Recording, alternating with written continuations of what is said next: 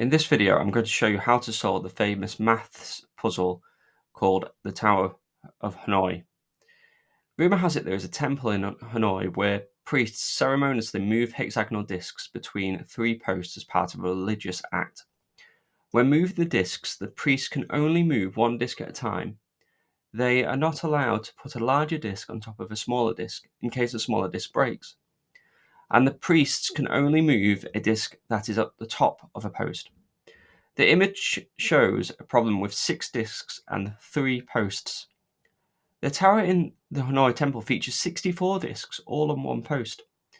As part of the ceremony, the tower must be moved from the post that it is on to one of the two others. If it takes 1 second for the priest to move any disc between two posts, how long does it take them to move the tower?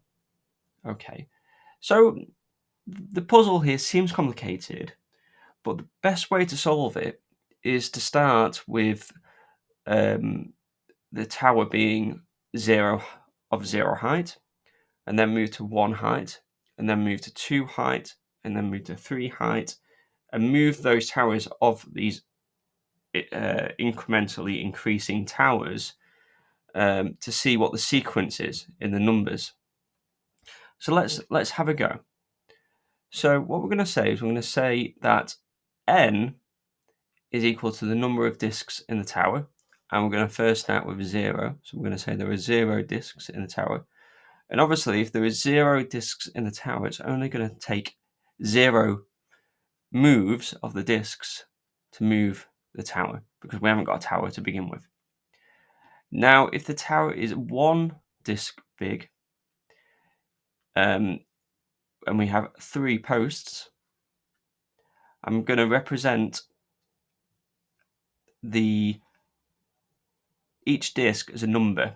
So the smallest disc is going to be the number 1, and the second smallest disc is going to be number 2. The third smallest disc is going to be the number 3. So I'm going to start with the first disc. So the first disc is number 1.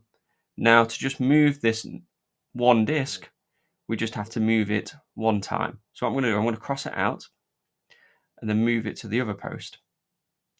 Now k will be equal to the number of crossed out numbers, because that is equal to the number of times that we've had to move a disc. So in this case, k is equal to 1. Now, if we have a tower of 2 discs in size, the first disc, which is the smallest, being number 1, the second disc being the second smallest, being number 2, we then have to move the discs more than 1 time. So if we cross out 1 and we put it here, we've moved it once.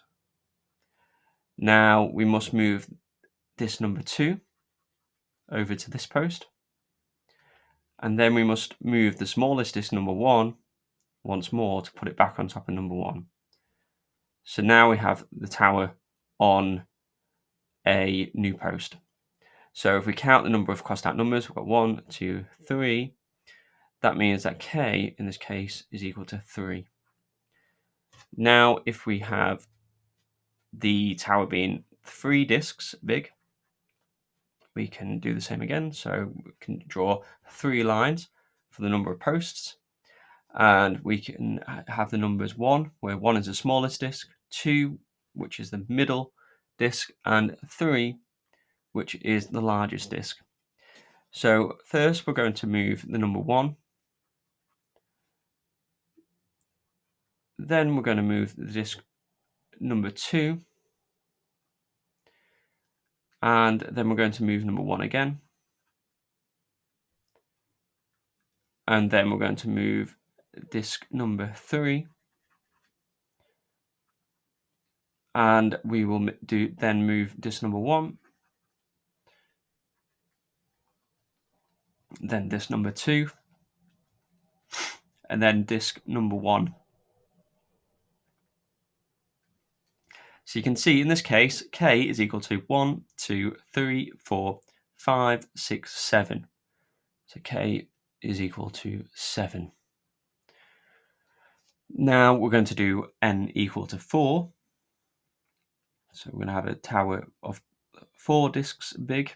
So we're going to have 3 posts. 1, 2, 3.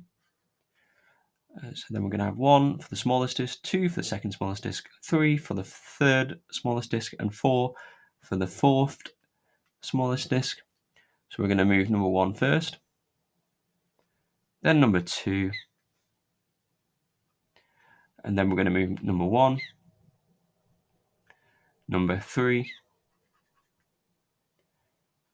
and then we're going to move number 1 back over here. Then I'm going to move number 2, number 1, and now this will allow us to move number 4, and then we're going to move number 1, number 2, number 1 again, and then number 3,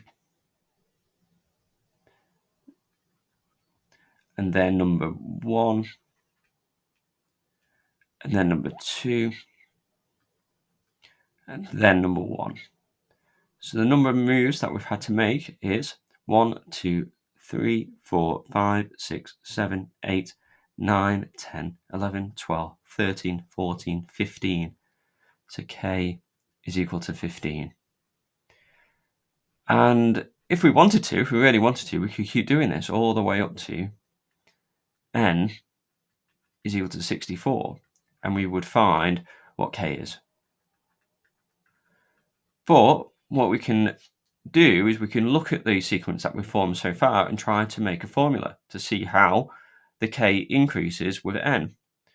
So let's write N. So we've got 0, 1, 2, 3, 4, and then we've got 0, 1, 3, 7, and 15. Now, what we can find is that when we if we look at the numbers here very carefully, we might see a very famous sequence being formed here. Now, it's difficult to see with the numbers as they are, but what we can do is we can add the number 1 to each of these numbers. So this number becomes 1, this number becomes 2, this number becomes 4, this number becomes 8, and this number becomes 16. So now if you look at these numbers very carefully, you can see this is a very famous sequence. Each time we go up in the number n, our k is times in by 2. So this must be the series with the formula of power 2. So this one here is 2 times 0, which we know is equal to 1. This one here is 2 to the power 1, which we know is 2. This one here is 2 to the 2, which is 4. This one here is 2 to the 3, which is 8. And this one is 2 to the 4, which is 16. So 2 to the 0 is 2 times nothing. 2 to the 1 is just 2. 2 to the power 2 is 2 times 2. 2 to the 3 is 2 times 2 times 2. And 2 to the 4 is 2 times 2 times 2 times 2. So therefore, the formula of our sequence must include a 2 to the n, but then we have to subtract 1 for the number that we've added. So our formula is k is equal to 2 to the n minus 1. So we can try this for one of the ones that were determined. So we'll try for this last one when n is equal to 4. So when n is equal to 4, we have 2 to the power of 4 minus 1. So that is equal to 2 times 2 times 2 times 2 minus 1, which is, so 2 times 2 is 4, 2 times 4 is 8, 2 times 8 is 16, minus 1, which is 15. So now we know that this sequence, this formula is correct for this sequence.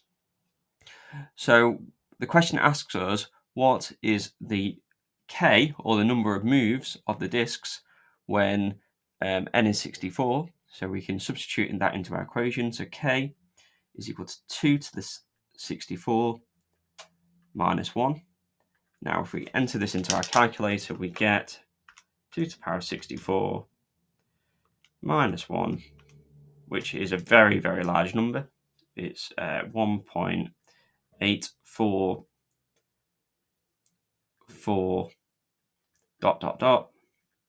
times 10 to the 19.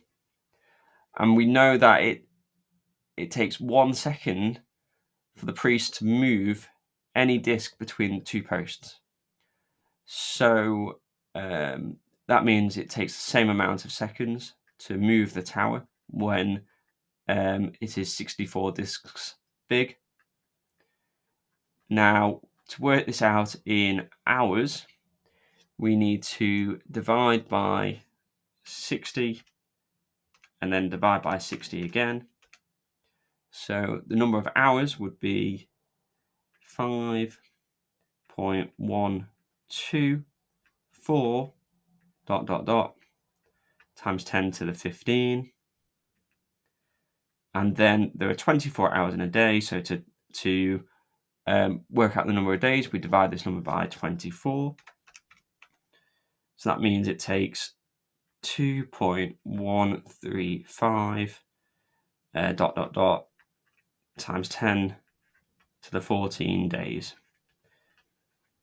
And you can see that if we then work out the number of years, so we know that there's 365.25 days in a year. So if we divide by 365.25, it would be 5.845 ... times 10 to the 11 years. And this is a huge number, much bigger than anyone could live for. So you can see that the priests would never move this tower within their lifetime. Hence why the puzzle is a myth. Okay, well, thank you very much. Hope you've enjoyed this question.